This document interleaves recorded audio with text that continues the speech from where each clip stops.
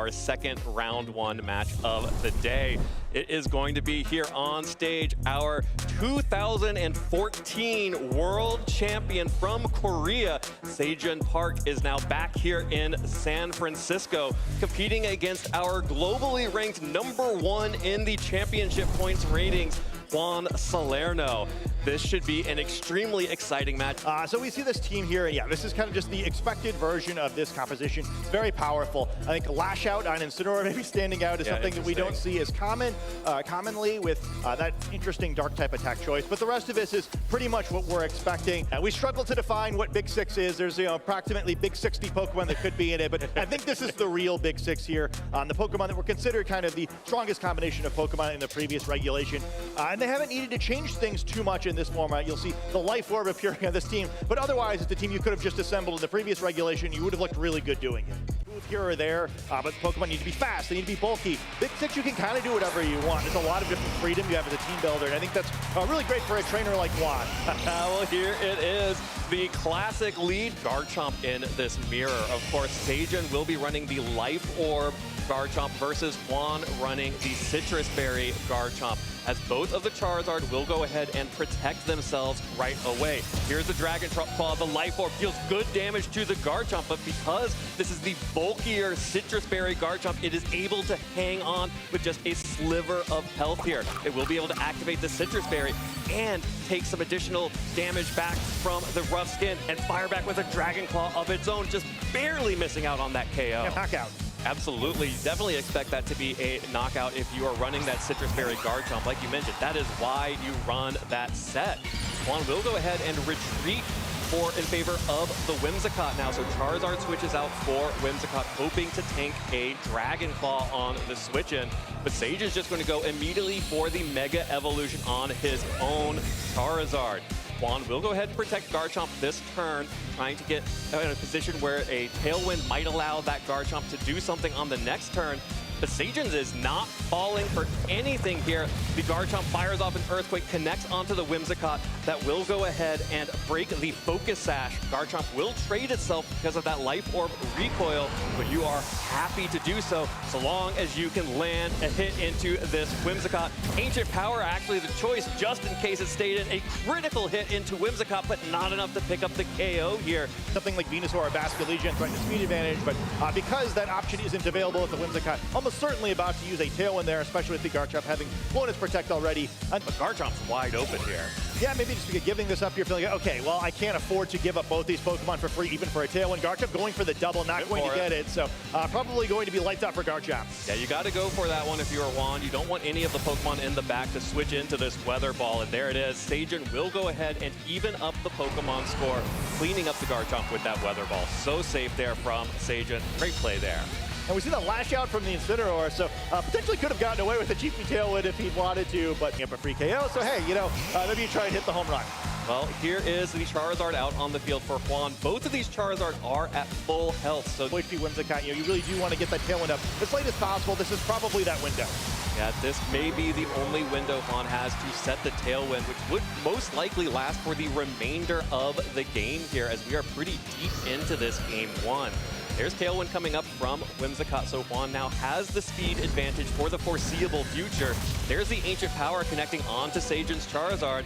Scott, the math is perfect. Charizard at 13% health, surviving that Ancient Power, firing back into Juan's. Again, perfect math. Charizard at 19%. But Incineroar does not need to spend time setting up the Tailwind, which means it gets to Lash Out into Charizard and pick up that last 20% of health. So now Juan has Tailwind, has the speed advantage, needs something big out of this last Pokemon. What you'd assume is not the final Pokemon, it is the Kingambit, now facing down 2 Fire-type Pokemon. You just full send, right? Like, okay, well, Charizard's gonna get knocked out, but I don't know if I need the Charizard, right? And if you attack with both Pokemon, there's going to be some Fire-type damage going the other direction. Well, there's the Moonblast into Charizard. Charizard will go down here, so Juan is going to even up the Pokemon count once again. There's Low Kick coming out from Kingambit, dealing exactly 50% health to Incineroar, just pushing it over to that Citrus Berry amount, going to eat up and heal up as well. There is the Flare Blitz picking up the KO onto Whimsicott, and now it is just this King Gambit with no protect and only single target damage against 2 Pokemon on Sejun's side. And that Incineroar will be able to pick up a KO with the Flare Blitz, but this is the worst possible Pokemon for Sejun to have in the back should Juan be able to get this Incineroar off the field somehow. Able to Toxic the King Gambit, going to have to only use the Infestation, but Incineroar doesn't get critical hit, and this is going to be a huge Flare Blitz the other direction. No crit coming out from the low click. Here comes the Flare Blitz. The Akaberry will help protect the King Gambit a little bit here. Only takes about 50% health, but that is all that Toxapex needs. It just needs time. Incineroar hanging on with 5% after the recoil is also huge. There's the Infestation, and over time, King Gambit now is on the clock. Needs to be able to get a KO onto this Incineroar and onto the Toxapex, and I don't think Juan has enough time here. Infestation will already almost be done. Well, there's the Kowtow Cleave. Juan is just trying to see how much damage that King Gambit can deal into the Toxapex here.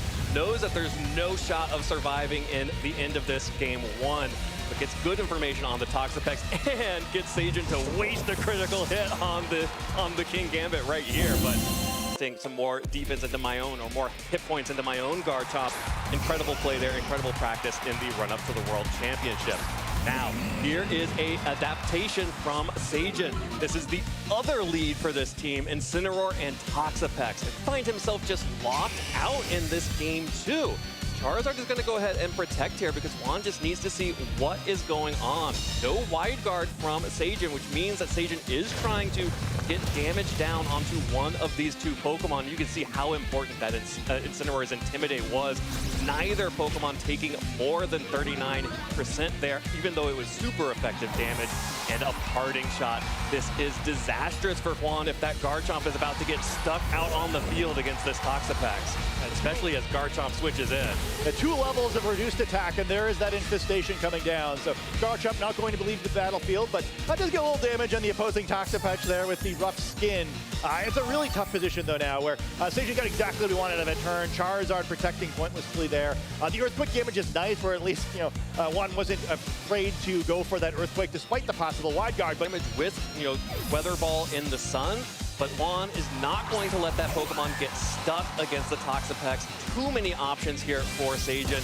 And Sejun just going on the offensive. Life Orb Garchomp. The important thing was just getting that Garchomp stuck on the field so it could not retreat from this Life Orb Dragon Claw.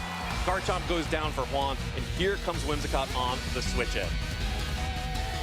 And it's not going anywhere. Yeah. Hey, why don't you hang around, bud?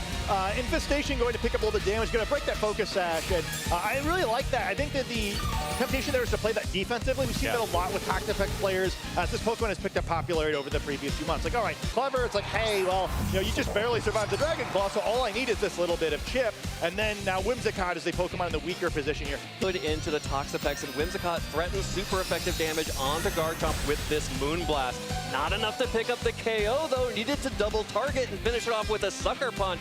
Instead, that just means Garchomp gets to fire off a Stomping Tantrum into King Gambit. Down to 23% hit points. Garchomp will go down to the recoil, but you trade that every single day at the World Championships. And now, that's going to mean that King Gambit firing off a Kowtow Cleave into Toxapex. You cannot KO this Pokemon. And now both the King Gambit and Whimsicott are trapped on the field. And Sejun gets to pick which Pokemon do I want to face off against these 2, because I know they ain't going nowhere. Yeah, it's a really tough position out here. The King Gambit is kind of taking just enough damage. Another one where, assuming Sejun has run the math on this, it's a really nice bit of damage where Infestation will pick up the knockout on King Gambit next turn. So now if you want to, you could bring that Incineroar in, just pin it down with the fake out of that opponent's remaining Pokemon and be able to kind of figure out your game plan from there. So Charizard going to come in here, probably going to be protect, although important for players who are using Toxapex is not to get trapped in that defensive mindset. You have to go on the offensive, otherwise Toxapex just sits there while all of its friends faint and get knocked out. Instead, Sejun going on the offensive with both the Toxapex and now bringing out the Charizard here to pick up KOs onto both King Gambit and Whimsicott. Sejun will go ahead and protect that Toxapex this time around while Whimsicott protects itself. King Gambit on its way out is going to fire off a Sucker Punch. A critical hit deals a lot of damage to Charizard, brings it down to 33% hit points as the King Gambit now will go down to that Infestation. So, you know, lots of damage where we see the trade-off of not going for the protect, where Charizard not being threatened by an Encore in the previous turn, but it could be potentially threatened by an attack from one of the other Pokemon. Kingambit to go down. I think the positive of what Sejun did is, you know, just like us, he can see all the Pokemon in Team Preview, right? And again, much like the previous game, it's not very likely that Floette is that final Pokemon. Previous game, most likely, where going to come in and going to have to take out this Charizard. So I don't think this game's over yet. The damage is pretty important on the Charizard. Damage with the Ancient Power. Or should Juan go for the KO onto Charizard this turn? Toxapex can start spreading Toxics and Infestations to try and just chip down these Pokemon over time. Or Whimsicott could just go on the offensive with a Moonblast. Connects onto the Toxapex, deals a little bit of damage here. Not very effective, but any little bit counts. There's the Weather Ball coming out from Sejun's Charizard. Connects on to Whimsicott, picks up the KO there. With Juan targeting down the Toxapex with Moonblast, you have to wonder if he was softening it up for a Heat Wave to try to pick up a double KO. No, just going to be the Ancient Power into Toxapex, but you cannot KO this Pokemon. Toxapex hangs on and Toxics right back. I love this little guy. Yeah, it's a huge set for the Toxapex so far. That Toxic is almost going to end this one. You know, the Charizard can theoretically use spread moves to try to burn down these Pokemon before the Toxic could protect first if it wanted to. You know, the protect on Charizard here, like, hey, you know, like, let's make this last as long as we can. Yep, and no risks need to be taken here from Sejun. Double protecting the Charizard and the Toxapex. Juan has no options here. That toxic damage is just going to keep ticking up and up and up, locking him out from this game too, meaning that Sejun Park, the 2014 World Champion, is now 1-0 here in 2026. That was a really impressive set by Sejun.